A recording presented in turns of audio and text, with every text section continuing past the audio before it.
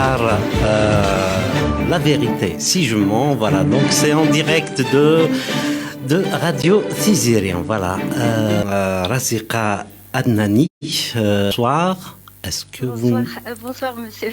Bonsoir. Voilà, vous nous entendez bien, il n'y a pas de problème de téléphone. Très bien. D'accord. Voilà, nous avons souhaité vous avoir sur le plateau de Radio Thizéré, malheureusement, avec justement cette distanciation, le Covid surtout. Eh ben, aujourd'hui, on va vous avoir par téléphone. Donc, vous êtes philosophe, vous êtes conférencière, vous êtes franco-algérienne, islamologue, et voilà. Déjà, c'est pas mal comme titre. Justement, dans les recherches concernant la laïcité, vous avez écrit plusieurs articles sur l'égalité homme-femme, sur plusieurs thématiques touchant à surtout vous inspirer de la religion et les comparatifs. Voilà. Donc, Féministe, non?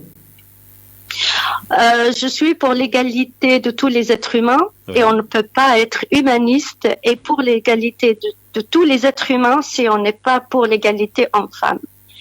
Donc l'égalité homme-femme fait partie de l'égalité de tous les êtres humains. Donc quelqu'un qui se dit humaniste, qui défend les droits humains et qui défend l'égalité de tous et qui accepte les discriminations hommes-femmes se contredit avec lui-même. Non, un peu en arrière, il y a eu l'assassinat de Samuel Paty, un professeur. Je voulais avoir votre réaction et de la façon qu'on l'a assassiné. C'est un assassinat atroce et c'est encore plus atroce que cela soit fait par un jeune de 18 ans.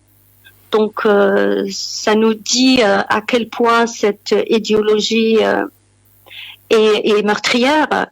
Donc on a essayé d'expliquer cela par le fait, par les dessins et le fait que Samuel Paty ait montré les dessins à ses élèves. En réalité, nous, en tant qu'Algériens, comme je l'ai dit, ça nous renvoie aux années 90 où les Algériens ont été massacrés alors qu'ils n'ont montré aucun dessin, ils n'ont pas dessiné le prophète. Donc, je dirais, les dessins sont plutôt, on essaye de justifier et de donner une légitimité à cet acte qui n'est qu'un acte qui est guidé par une idéologie qui rejette l'autre et qui est plein de haine. L'Observatoire de l'Azhar, qui a fait un communiqué juste après l'assassinat de Samuel Paty, dans lequel il a expliqué que le geste était un crime que l'islam rejette, mais en même temps, il a dit que le fait de dessiner le prophète était un crime. Donc indirectement, j'ai trouvé qu'il n'avait pas assez dénoncé la violence et surtout, il n'a fait aucun travail de son côté, autant qu'institution religieuse, pour appeler pour dénoncer, non seulement dénoncer la violence, mais montrer que en islam, il peut y avoir un autre discours, un discours qui appelle plutôt à la tolérance. Et justement, j'ai présenté certains versets coraniques, comme le verset qui dit que le prophète, c'est Dieu qui le protège. Et un autre verset qui parle du Coran et qui dit aussi que le Coran, c'est Dieu qui le protège. Et j'ai présenté aussi un autre article, un autre verset, toujours dans le même article, qui dit que le musulman qui est bien, qui suit le bon chemin, ne doit pas s'inquiéter par rapport aux autres s'ils ne sont pas sur le bon chemin. Ce sont des versets dont on n'entend pas du tout ou on entend rarement. Aujourd'hui, on met d'autres versets en avant et ceux-là, on les oublie et on les met à l'écart. Donc, cette institution n'a pas fait son travail autant qu'institution religieuse pour justement mettre en place ce discours de tolérance au lieu du discours de haine et du rejet de l'autre. Et si on a une volonté de faire ce travail pour mettre en place un islam plus tolérant, plus compatible avec nos valeurs actuelles, plus compatible avec notre vie et notre mode de vie actuel dans lesquels nous vivons aujourd'hui, notamment en France. Il faut séparer la politique de la religion. Il est indispensable aujourd'hui qu'on les sépare, car, comme je l'ai dit dans un article, l'article l'islam et la religion de l'État n'est bénéfique ni à l'État ni à l'islam. Donc, il ne permet pas à l'État moderne de se réaliser. Donc aujourd'hui encore, on n'arrive pas à construire un État moderne dans notre pays et dans les autres pays musulmans. Et l'État n'arrive pas aussi à réaliser ses objectifs, car les objectifs d'un État moderne, c'est la réalisation de la liberté et de l'égalité. Tous les Algériens ne sont pas musulmans, c'est une réalité qu'on ne peut pas nier. Ils sont pas tous musulmans, et quand ils sont musulmans, l'islam aussi est multiple. Au sein de l'islam, il y a plusieurs islams. Donc, ce sont des réalités que beaucoup ne veulent pas voir, et ils les nient totalement, alors que c'est parce qu'on les nie qu'on n'arrive pas aujourd'hui à construire une société stable, une société moderne, une société où on peut vivre, disons, convenablement et en sécurité. Donc, il faut aller vers cette séparation. Et quand je parle de la réforme de l'islam, cela ne veut pas dire que l'islam, on va le réformer pour qu'il gère la société. Je parle de réforme de l'islam pour que les lois que l'État mettra en place, le musulman qui vivra dans cet État avec des lois modernes ne se trouvera pas en conflit avec les lois de l'État ou les lois qui gèrent la société, qui doivent être des lois issues de la raison.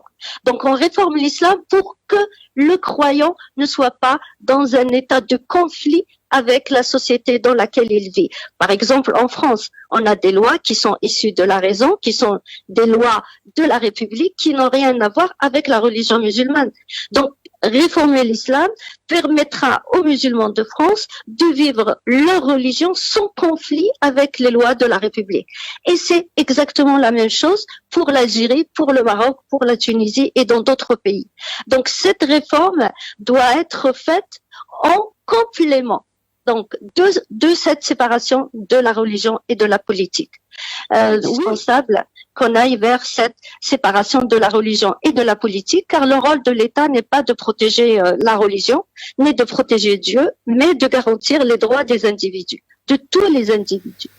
Alors que un État qui se présente comme protecteur de la religion ne peut pas garantir les droits de tous les individus.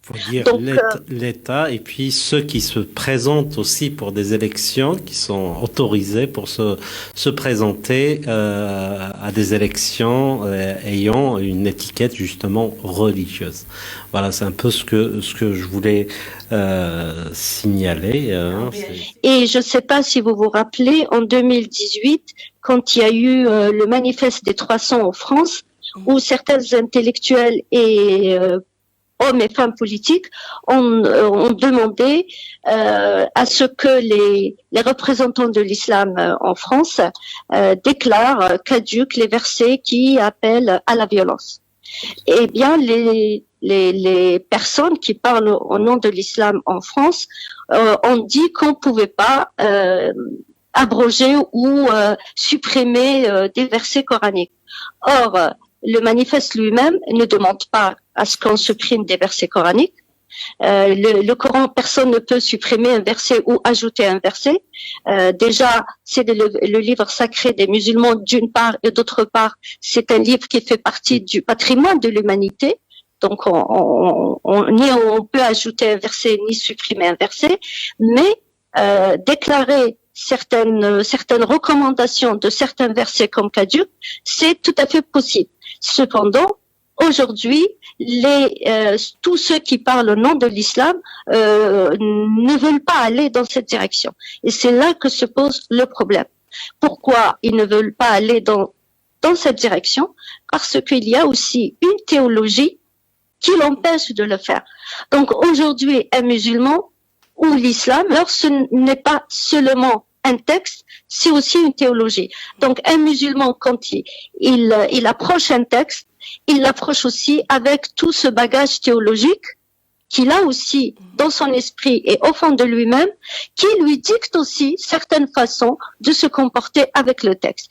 Et c'est là que se pose le problème. Donc aujourd'hui, il faut vraiment répéter plusieurs fois que cette possibilité d'abroger les versets qui posent problème aujourd'hui est possible. Il faut la répéter plusieurs fois que pour qu'elle puisse faire son chemin peu à peu. Et c'est indispensable de le faire. Donc on n'a pas, je pense, d'autre choix que d'aller vers cette réforme. Sinon, certains le quitteront, d'autres se radicaliseront et ce n'est ni dans l'intérêt ni des musulmans ni du monde entier dans ce cas. Vous êtes minoritaire par rapport à cette pensée? Je pense, on n'entend pas beaucoup tenir ce discours, notamment au niveau de ceux qui détiennent le pouvoir et qui ont l'autorité religieuse ou politique. Je voulais, avant de parler l'égalité homme-femme, je voulais juste avoir votre avis sur les frères musulmans. On n'entend pas trop parler d'eux. Quel est votre regard par rapport aux frères musulmans? Les frères musulmans, c'est une confrérie qui a été créée en 1928. C'est bien ça. Et c'était une réaction à l'abolition du califat en Turquie en 1924 et contre la modernisation des sociétés musulmanes qui a été lancée à l'époque par des modernistes dans tous les domaines, modernité dans le domaine politique, culturel, littéraire. Donc, ils ont donc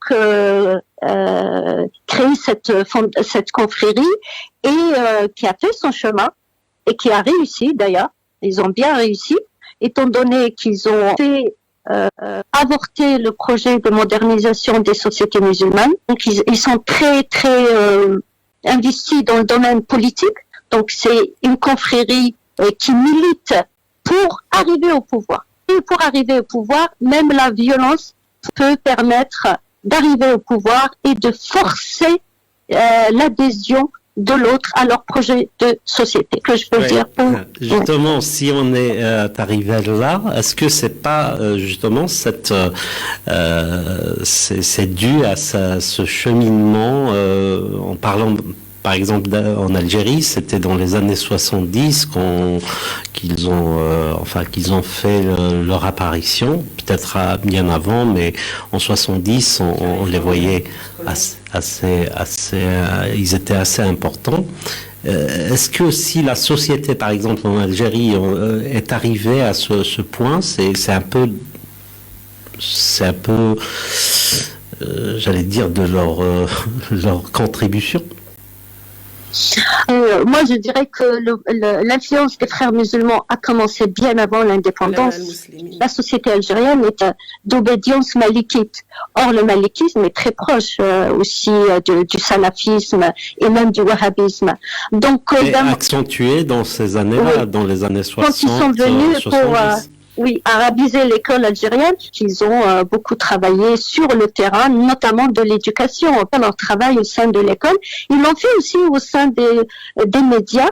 Je ne sais pas si vous vous rappelez de Youssef al-Qaradawi, de Mohamed al-Ghazali, qui parlait tous les lundis au peuple algérien. Et donc, il tenait un discours très politique, très salafiste, très traditionnaliste. Et voilà, donc. Quelqu'un parlait justement d'un complot. Est-ce que, en parlant bien sûr de France, est-ce que on peut penser que ils sont assez nombreux ici en France, même si ils sont pas visibles, c'est pas des extrémistes sanguinaires, mais je veux dire dans la politique, dans le corps associatif, etc. Est-ce que vous pensez qu'ils sont dans le complot? Je dirais qu'ils sont forts dans le domaine politique, dans le domaine sur le terrain. Donc, c'est des gens qui travaillent beaucoup sur le terrain, qui savent comment infiltrer tous les associations, l'école, donc ils s'infiltrent dans ces milieux-là. C'est leur façon de faire. Ils n'ont jamais caché leur projet, comment ils veulent le mener. Donc je ne peux pas parler de complot.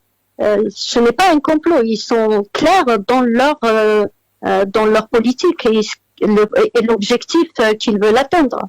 Enfin, si je parle de complot, peut-être ils agissent différemment, c'est-à-dire que peut-être avec une certaine façon de regagner un peu le politique. Madame Adnani, il nous reste pas beaucoup de temps. On va parler de cette égalité entre hommes et femmes. Vous la voyez comment? On a parlé beaucoup sur le voile islamique. D'abord, quelle est votre vision justement par rapport à la tenue vestimentaire, que ce soit ici en France ou en Algérie? Le voile n'est pas qu'un vêtement et ce n'est pas aussi un simple signe religieux. Le voile est un discours, il transmet un discours. Le premier discours qu'il transmet, c'est que la femme est inférieure à l'homme, d'une part. Non seulement il transmet un discours, mais la pratique elle-même est discriminatoire, étant donné qu'elle est imposée à la femme et non à l'homme. Le deuxième point qu'on peut souligner dans ce discours est sa façon de déshumaniser l'homme. Il le déshumanise étant donné qu'il le présente comme un être qui est incapable de maîtriser ses instincts, et parce que cet être est incapable de maîtriser ses instincts, il faut que la femme se voile pour se protéger de cet homme. C'est un discours qui n'est pas en faveur de la femme, ni en faveur de l'homme, ni en faveur de la société d'une manière générale. Car présenter un homme de cette manière-là, c'est dire qu'il n'est pas moralement responsable, étant donné qu'il n'est pas le maître de ses actes et de son comportement. Et s'il n'est pas maître de son comportement, s'il ne peut pas maîtriser ses instincts, eh bien l'instinct, ce n'est pas que l'instinct sexuel. Il y a aussi l'instinct du pouvoir, il y a aussi l'instinct de la propriété, il y a aussi d'autres instincts. Si on n'est pas capable de maîtriser nos instincts, on ne peut pas vivre convenablement en société. Donc, que dit l'islam? L'islam, le voile, la pièce principale du voile, c'est le foulard, c'est la dissimulation de la chevelure de la femme. Sans le foulard, il n'y a pas de voile. Autrement dit, la femme peut mettre une gondora où elle cache tout son corps. Si ses cheveux ne sont pas cachés, elle n'est pas considérée comme étant voilée. Or, dans le Coran, il y a 2 versets qui parlent d'une façon de s'habiller pour la femme, mais aucun des 2 n'évoque la chevelure de la femme. Le verset le 31 de la sourate 24, qui est la sourate An-Nur. Et ce verset, qui revient toujours dans le discours, dit que les femmes doivent donc jeter leur khimar sur leur duyub, ala duyubihina.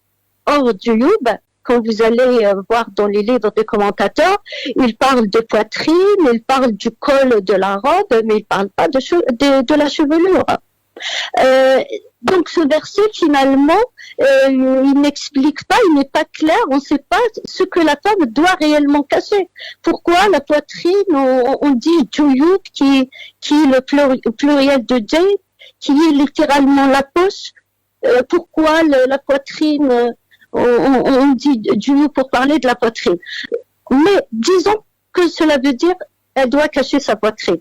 La poitrine, ce ne sont pas les cheveux. C'est la première des choses. La deuxième des choses, dans ce même verset, dit que la femme doit cacher sa beauté.